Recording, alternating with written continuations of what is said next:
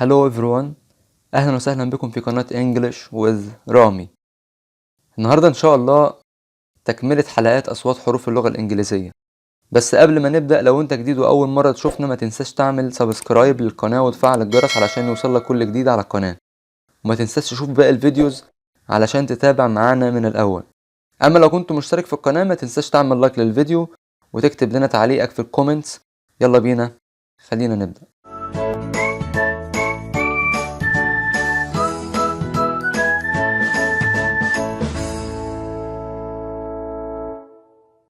أهلا وسهلا بكم مرة تانية. قبل ما نبدأ، لو كنت بتكتب في الكشكول جهز نفسك علشان تكمل كتابة أصوات باقي حروف اللغة الإنجليزية. نيجي على حرف ال O. بننطقه زي حرف الواو الممدودة بس مد قصير زي كلمة hot put.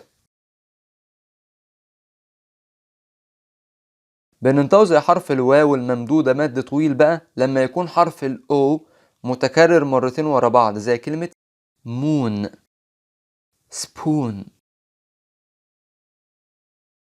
خد بالك هنا ان في بعض الكلمات مش بتمشي بالقاعدة ديت، بمعنى اننا بننطقه اكنه حرف الاو واحد رغم انه مكتوب مرتين ورا بعض زي كلمة book hook.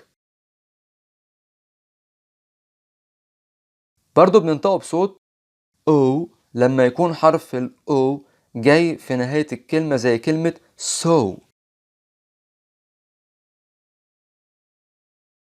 وبرضو لما بيجي في نص الكلمة اللي بتنتهي بحرف الاي زي كلمة bone cone.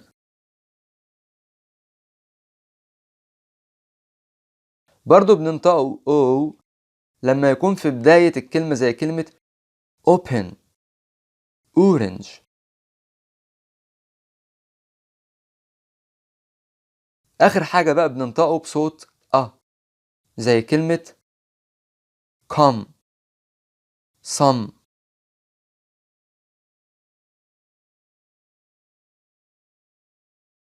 نيجي بقى على حرف ال P. مبدئيا الحرف ده لازم يطلع من بقك وانت بتنطقه هوا بسيط علشان تقدر تفرق بينه وبين حرف ال B. هقولك مثال بسيط يخليك تقدر تفرق ما بين ال B العادية وال P، حرف ال B العادي وال P اللي هناخده دلوقتي.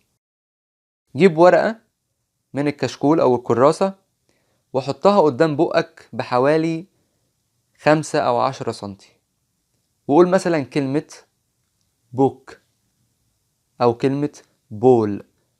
لو طلع من بقك هوا في الكلمتين دولت خبط في الورقة اللي قدام بقك يبقى انت بتنطق الكلمة ديت أو الحرف البي فور بوك بتنطقه غلط. لو ما طلعش هوا يبقى انت بتنطق حرف البي ده كويس بطريقة صحيحة. طيب حرف البي بقى عايز اتأكد ان انا بنطقه صح، تعمل ايه؟ زي ما انت حاطط الورقة كده تقول كلمة put put. لو طلع هوا وهز الورقة يبقى انت كده بتعرف تفرق في النطق ما بين البي والبي، وكمان علشان اللي بيسمعك يفهمك زي كلمة put apple put apple pineapple pineapple.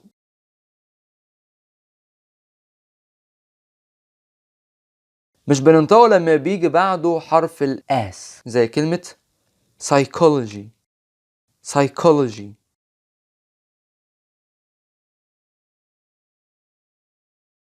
نيجي على حرف Q.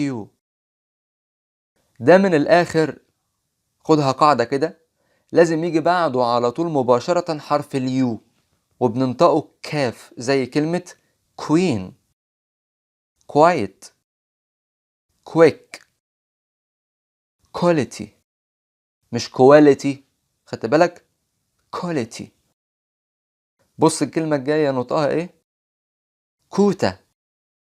ايه ده؟ كوتا؟ دي اسمها كوارتر. كوارتر؟ صدقني ما اسمهاش كوارتر، اسمها كوتا كوتا. الا لو انت بقى سمعتها حاجة تانية باللهجة الأمريكية، ولكن اللهجة البريطانية بتنطق الكلمة دي صح، كوتا.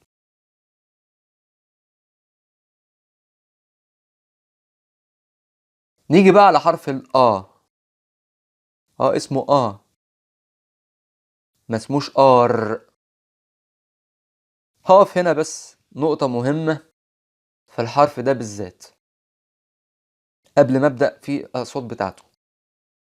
احنا عندنا دايما متعودين في مصر بنقول ايه مثلا؟ الجو حر. خدتوا بالكم ايه اللي حصل؟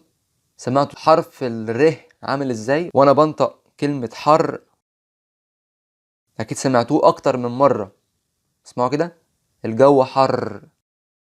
دي بقى مشكلة بتقابلنا احنا في اللغة الانجليزية لما بنيجي ننطق حاجة فيها فبيقعد يعمل معانا زي كلمة حر كده.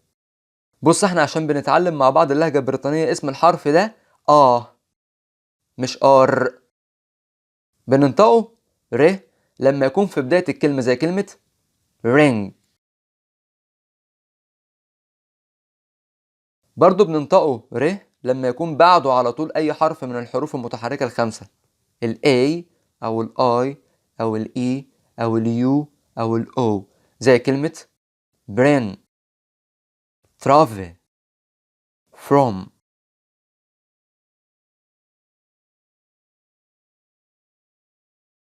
برضو خد بالك لو جه بعده حرف Y بننطقه زي كلمة story. مش بننطق حرف ال لو جه في نهاية الكلمة زي كلمة teacher، car، center، mother.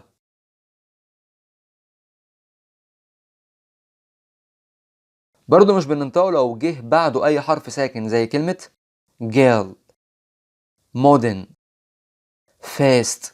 خدتوا بالكم يا جماعة؟ fast مش first، fast. hot، dark.